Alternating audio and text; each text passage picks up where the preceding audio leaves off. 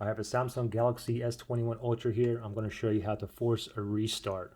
Why would you want to force a restart? Well, you want to force a restart if you have an issue, if you're not able to restart the traditional way, like bring up the power off menu, or maybe you can bring it up, but you can't like restart it, it's not working, or maybe it's frozen, or your phone's like unresponsive. So you just want to go ahead and restart it, force restart it. So you're not going to lose any information like this. So it's very simple. What you want to do is hold the volume down and power button. You want to press and hold both buttons and just wait till the screen turns black, then you can let go and wait for it to boot back up. We'll do it together. Volume down, power. Ready? 1, 2, 3. Press and hold both buttons. Do not let go until the screen turns black. I'm still holding. Volume down, power, still holding. There's a black screen. You can go ahead and let go, or you can continue to just keep holding it if you wish, okay?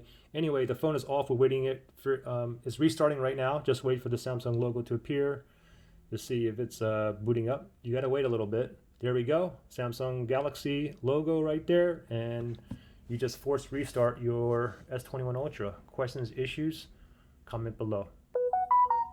Good luck.